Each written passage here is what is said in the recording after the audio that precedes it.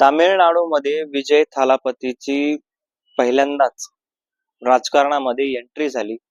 स्वतःचा पक्ष निर्माण केला आणि स्वतःचा पक्ष निर्माण करून 108 आमदार त्या ठिकाणी तामिळनाडूमध्ये विजय थालापती नावाच्या सुपरस्टारनं निवडून आणले.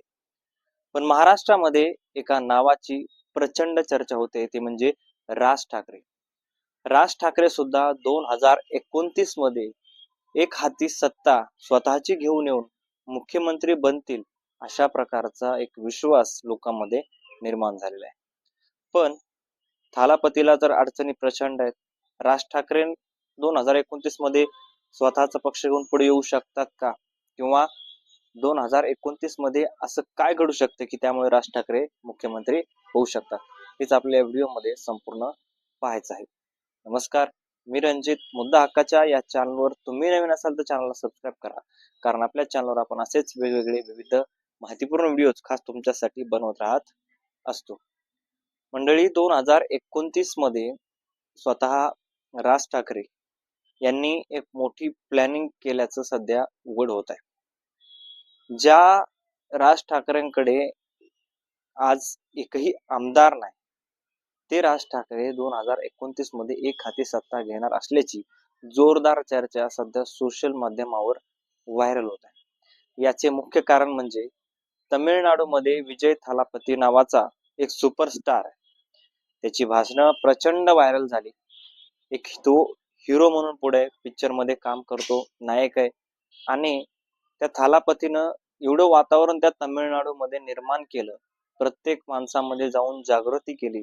भाषणांमधून प्रौढांना, लहान मुलांना, तरुणांना एक आत्मविश्वास दिला की महिलांच्या मार्फत महिलांना कशा प्रकारे आपण बसची सेवा फ्री देऊ, किंवा त्यांचे जे काही आपल्याकडे कशी लाडकी बहीण योजना आहे महाराष्ट्रामध्ये, तशाच प्रकारची एक योजना आणू, असे प्रचंड आश्वासनं, आणि जे तामिळनाडूमध्ये याच्या आधी कधीच कोणी आश्वासनं दिले नव्हते तशा प्रकारचे आश्वासनं विजय थालापती नावाच्या या माणसानं दिली. आणि विजय थालापतीच्या माणसानं जे काही आजपर्यंत केले त्याचं फळ त्याला मिळालं, आणि तो आज मुख्यमंत्री होणार आहे. 118 आमदाराचं सह्या केलेलं पत्र राज्यपालाकडे आता तो देणार आहे. पण राज ठाकरेंची नेमकी काय प्लॅनिंग आहे? राज ठाकरे आता 2029 मध्ये निवडून येऊ शकतात का? तर हो, 100% 2029 मध्ये राज ठाकरे स्वतःचा पक्ष घेऊन स्वतः काहीतरी बदल करून हे करू शकतात. याचं कारण म्हणजे आजपर्यंत जेवढ्या विधानसभा लढल्या, जेवढ्या काही निवडणुका लढल्या, त्या भाजपच्या विरोधामध्ये नव्हते. अगदी निवडणुकीच्या पूर्वीच ते भाजपच्या विरोधात गेले होते, पण आता खऱ्या अर्थानं ते भाजपच्या विरोधामध्ये आहेत. आणि जो पक्ष भाजपच्या विरोधात जाईल त्याचा विजय नक्कीच 2029 मध्ये होणार आहे. कारण 2029 मध्ये भाजपचा महाराष्ट्रामध्ये खूप कमी प्रभाव दिसून येणार असल्याची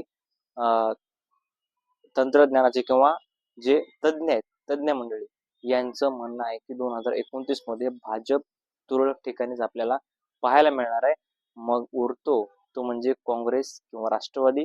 आणि जर या दोन पक्षांना सुद्धा महाराष्ट्राच्या जनतेनं नाकारलं तर नक्कीच राज ठाकरेचा मनसे आणि उद्धव ठाकरेंचा शिवसेना पक्ष जो काही आहे तो नक्कीच पुढाकाराने निवडून येऊ शकतो, आणि या दोघांची युती होऊन त्यांचा मुख्यमंत्री म्हणजे स्वतः राज ठाकरे मुख्यमंत्री बनू शकतात. कारण त्यांनी याच्या आधी सुद्धा बऱ्याच वेळेस सांगितलेले की मी जर सत्तेत गेलो किंवा मी जर सत्तेत आलो तर मी स्वतः त्या पदावर जाईल, मुख्यमंत्री पदावर जाईल, आणि महाराष्ट्राचं जे काही मी प्लॅनिंग केली, कशा प्रकारे सुधारणा करायची, कशा प्रकारची योजना आणायच्यात, आणि स्वप्नातला महाराष्ट्र कशा प्रकारे घडवायचा आहे, हे मी जे काही प्लॅनिंग केले ना, ते प्लॅनिंग मी खऱ्या अर्थानं तिथं दाखवणार आहे, स्वतः मुख्यमंत्री बनणार आहे. याच्याचमुळे आता विजय थालापतीनं स्वतःचा पक्ष निर्माण करून कशा प्रकारे TVK नावाचा पक्ष आहे तो पुढे आणला, आणि स्वतः तो आज मुख्यमंत्री बनलेला आहे किंवा होतोय. तर तशाच प्रकारचं आता राज ठाकरे यांची सुद्धा 2029 मध्ये एंट्री होऊ शकते आणि स्वतः ते मुख्यमंत्री बनू शकतात. पण तुम्हाला काय वाटतंय, खरंच राज ठाकरे मुख्यमंत्री बनतील का? आणि बनले तर महाराष्ट्राला याचा कितपत फायदा होईल? तुमचं मत काय? कमेंट मध्ये नक्की कळवा. भेटूयात व्हिडिओ मध्ये. तोपर्यंत धन्यवाद.